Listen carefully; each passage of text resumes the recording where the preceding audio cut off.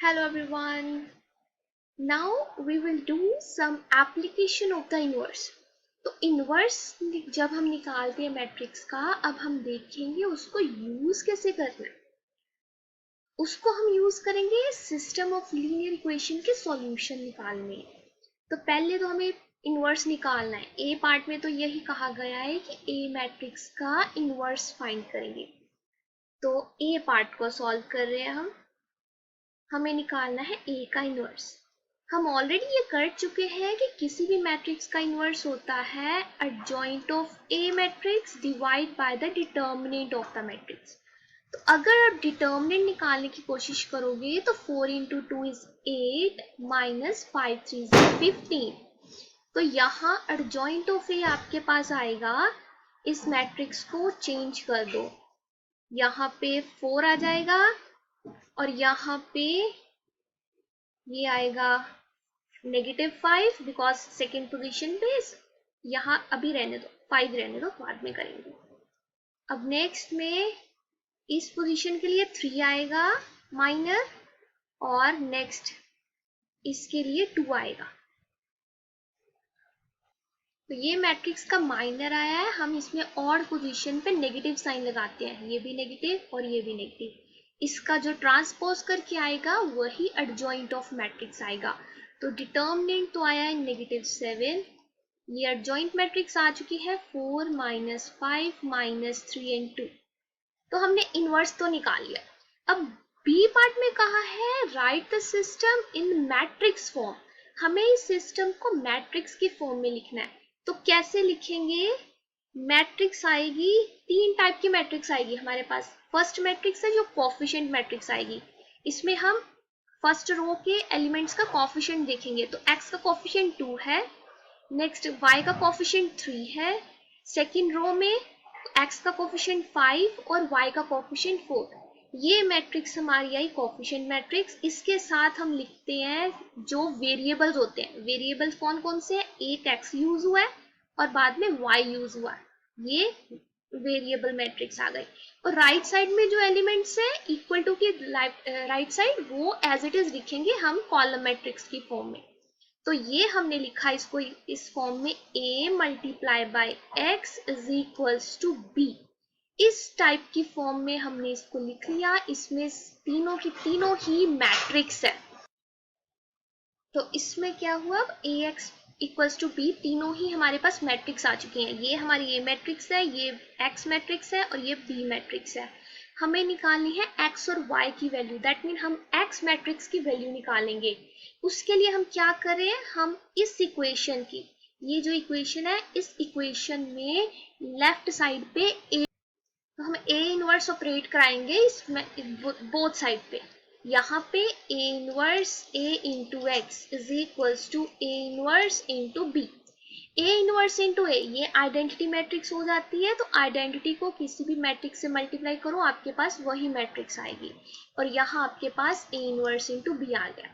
मतलब अगर आपको x मैट्रिक्स की वैल्यू निकालनी है तो आपको प्रोडक्ट निकालना पड़ेगा a इनवर्स का और b का। तो x की वैल्यू हमने लिखी a इनवर्स हम निकाल चुके हैं। उसकी वैल्यू थी 1/-7 4 -3 -5 and 2। ये इनवर्स की वैल्यू आ गई।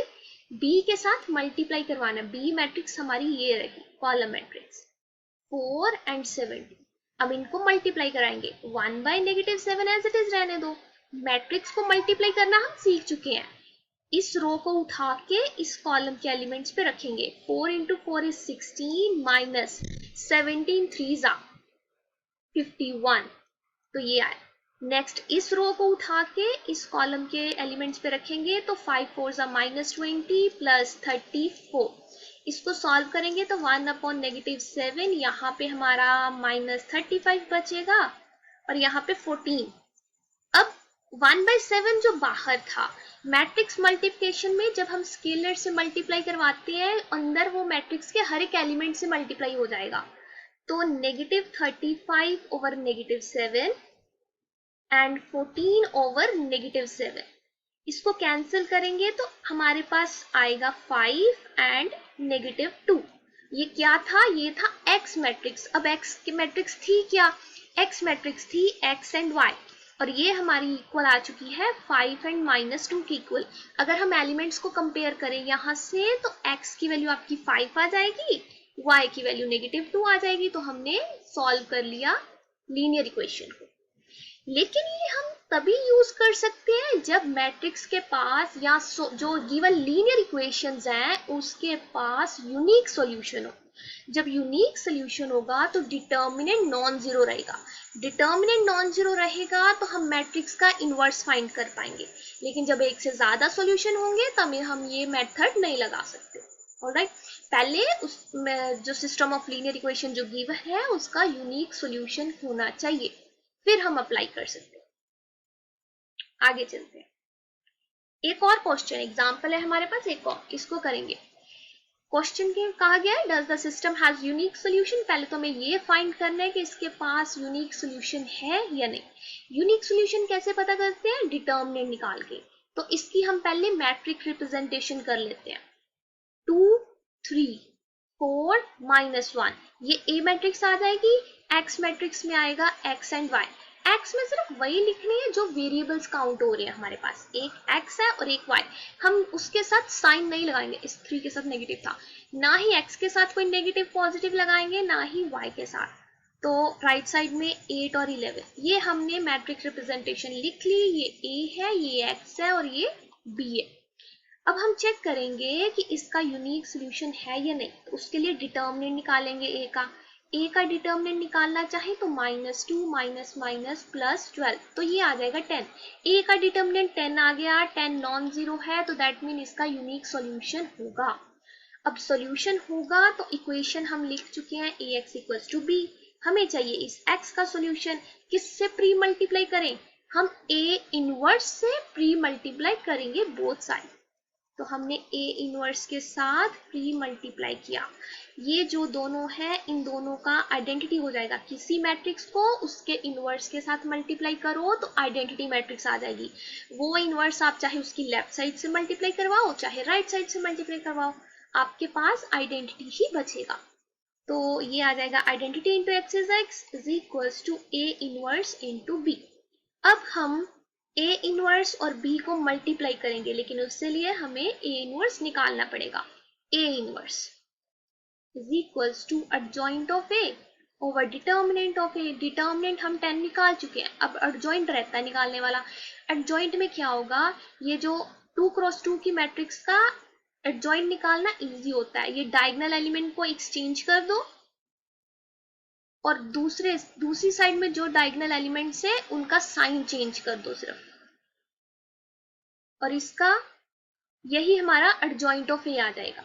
आप वैसे भी निकाल सकते हो, इसको करोगे तो -1 आएगा। फर्स्ट पोजीशन पे हमारा -1 ही है।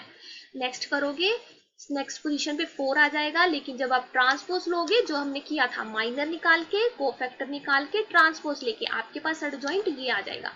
आप देखना, आपके पास ट्राई करना आप एक बार, ठीक है। तो x की वैल्यू आ जाएगी a inverse that is 1/10 -1 3 -4 and 2। हम b के साथ मल्टीप्लाई करवाएंगे। b मैट्रिक्स हमारी है क्या, वो है 8 × 11। अब इसको मल्टीप्लाई करवाते हैं 1/10। ये रो के एलिमेंट उठाए इस कॉलम पे रखे तो -8 + 33। इस रो के एलिमेंट उठाए इस कॉलम में रखे तो -32 + 22। इसको सॉल्व करोगे तो 1/10 आएगा और यहाँ पे 25 और यहाँ पे -10। 1/10 बाहर मैट्रिक्स से मल्टीप्लाई हो रहा है, लेकिन जब ये अंदर मल्टीप्लाई करेंगे तो एलिमेंट्स के हर एलिमेंट को 1/10 से मल्टीप्लाई करवाना पड़ेगा। तो 20 को मल्टीप्लाई किया 1/10 से, -10 को मल्टीप्लाई किया 1/10 से, तो ये आया। इसको सॉल्व करोगे तो 5 5 = 25, 5 2 = 10। तो आपके पास 5/2 यहाँ से आएगा, 10 10 से कैंसिल हो जाएगा, -1। एक्स मैट्रिक्स हमारे पास आ चुकी है 5/2 एंड -1। एक्स थी क्या, एक्स मैट्रिक्स थी हमारी एक्स और वाई एलिमेंट्स की, एक्स वेरिएबल और वाई वेरिएबल के लिए। एक्स है 5/2, वाई है -1। आप कंपेयर कर सकते हो, फर्स्ट एलिमेंट को फर्स्ट से कंपेयर करना है, सेकंड को सेकंड से।